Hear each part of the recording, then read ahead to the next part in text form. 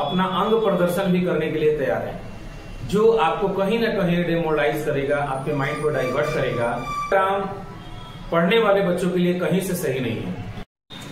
नमस्कार, मैं हूं राजेश और आप देख रहे हैं आरएस मस्ती ब्लॉग। जी हाँ, आरएस मस्ती ब्लॉग के बारे में मैंने पिछले वीडियो में बताया था कि आरएस मस्ती ब्लॉग नाम रखने का मूल कारण क्या था, जिसमें आपका एंटरटेनमेंट भी हो और एजुकेशन भी मिले। एजुकेशन की कड़ी में हम आगे बढ़ते हैं। जैसे कि आपको पता है, पिछले वीडियो में हमने बात किया था सम संख्या का योग, प्राकृत संख्या का योग, सम प्राकृत संख्या का योग, लगातार सम संख्या का योग, ऐसे कई सारे टॉपिक में हमने विचार किया था।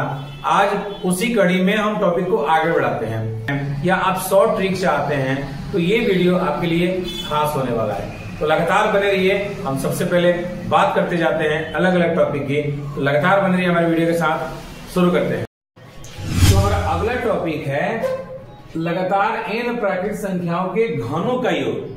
अब घन क्या है जरा समझते हैं। वर्ग मैंने जस्ट अभी बताया, वर्ग किसे कहते हैं। हालांकि वर्ग का परिभाषा अलग है और संख्याओं के वर्ग का मतलब अलग है।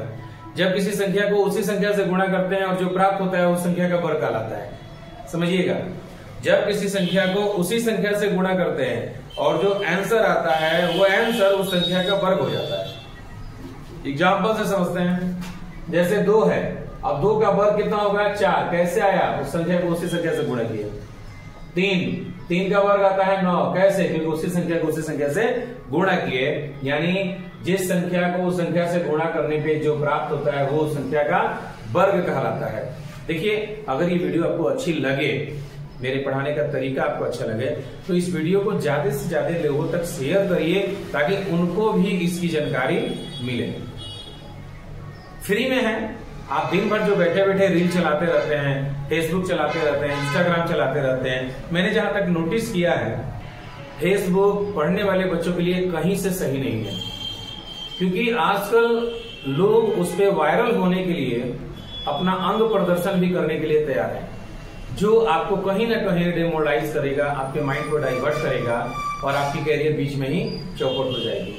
तो बच्चों, आपसे हमें निवेदन है कि अगर आपको अपने लाइफ में कुछ बड़ा कर लेना है तो प्लीज अपने पढ़ाई पे फोकस करो। कैरियर में कब क्या करना चाहिए अगर आपको वो समझ में नहीं आता है तो आप अगर मेरे वीडियो में कमेंट करेंगे तो मैं उस टाइप का वीडियो आपको जरूर बनाऊंगा। क्योंकि हाल ही में आने वाला है, मैट्रिक का एग्जाम होने वाला है, इंटर का एग्जाम होने वाला है, तो अब उसके बाद आपको क्या करना चाहिए उसका वीडियो मैं आपको जरूर शेयर करूंगा। फिलहाल अभी जो चल रहा है टॉपिक उसमें विचार करिए।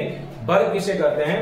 यानी किसी संख्या को उसी संख्या से गुणा करने पे जो प्राप्त होता है उसे हम वर्ग कहते हैं। ठीक उसी प्रकार घन की बात करें तो जब किसी संख्या को उसी संख्या से गुणा करते हैं और जो प्राप्त होता है फिर उसमें एक बार उसी संख्या से और गुणा कर दें।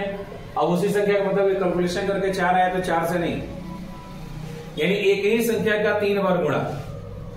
जब एक ही संख्या का 3 बार गुणा करते हैं और जो प्राप्त होता है वो उस संख्या का घन कहलाता है। अब हम अलग से घन की परिभाषा पढ़ेंगे क्षेत्रमिति में, तो पता चला ऊंचाई बराबर हो एक ऐसी आकृति जिसकी लंबाई चौड़ाई ऊंचाई बराबर हो उसे घन कहते हैं। जिसकी लंबाई चौड़ाई ऊंचाई तीनों अलग अलग हो उसको घनाभ कहते हैं। एक ऐसा आकार जिसकी लंबाई और चौड़ाई दोनों बराबर हो उसको वर्ग कहते हैं। तो वो वर्ग अलग हो गया, यहाँ अंक गणित में वर्ग अलग हो गया, घन अलग हो गया। तो जब किसी संख्या को 3 बार एक दूसरे से गुणा करते हैं और जो प्राप्त होता है वो संख्या उस संख्या का घन कहलाता है। मान लो कि 3 का घन निकालना हो तो 3 गुणे 3 करेंगे, क्या आएगा? 27 आएगा। 3 का घन कितना हुआ? 27। लेकिन सवाल यहाँ पे ये नहीं था कि वर्ग और घन किसे कहते हैं, सवाल ये है कि घन का योग कैसे निकालेंगे। चलिए अब समझते हैं। मान लीजिए कि कहा दिया n प्राकृत संख्या, तो 1 2 3 इतना ही दिया है ना, 3 दिया है। अब 3 का घन करेंगे तो 1 क्यूब 2 क्यूब 3 क्यूब कितना आएगा? 1 8 और ये 27। अच्छा 15 35 है 36। कितना आया? 36 आया। यहां तो 3 था आपने फट से कर लिया। 5 दे देगा शायद वो भी कर लेंगे, 10 दे देगा शायद वो भी कर लेंगे, लेकिन 12 दे दे, 15 दे दे, 20 दे दे, 50 दे दे, करने के लिए तो आप सब करेंगे।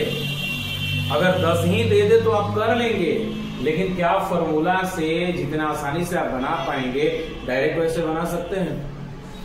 उसको करने के लिए ही हमने ये फॉर्मूला आपको बता रहा हूं। ये फॉर्मूला मैं उसी लिए बता रहा हूं। देखिए कैसे, अब मान लीजिए कि यहाँ n प्राकृत संख्या कह रहा है, आपको कह दिया कि 10 प्राकृत संख्या, ठीक है, 10 प्राकृत संख्या की बात कर रहे हैं, ठीक है। तो आप क्या करेंगे, n के जगह पे 10 कर देंगे, 10 प्लस 1/2 का स्क्वायर, तो 10 नहीं, ये क्या हो जाएगा, 5 हो जाएगा, 10 एक 11, 5 गुणे 11 स्क्वायर कर देंगे, 11 5 55 का स्क्वायर कर लो, 3025। यानी अगर 10 प्राकृत संख्या को अगर आप लेते हैं और उसका घन करते हैं तो आपका आंसर इतना आएगा।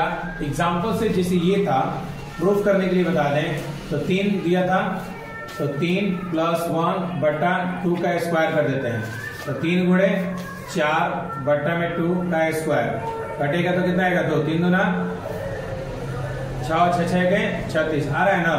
जैसे ये सही है उसी तरह से ये भी सही होगा। तो ये आपने देखा कि अगर लगातार घन की बात कर दे, लगातार n प्राकृत संख्याओं के घन का योग पूछ दे, तो आपको ये फॉर्मूला आपके लिए आसान हो जाएगा। जिस तरीके से वर्ग के लिए आसान था उसी तरीके से घन के लिए आसान है।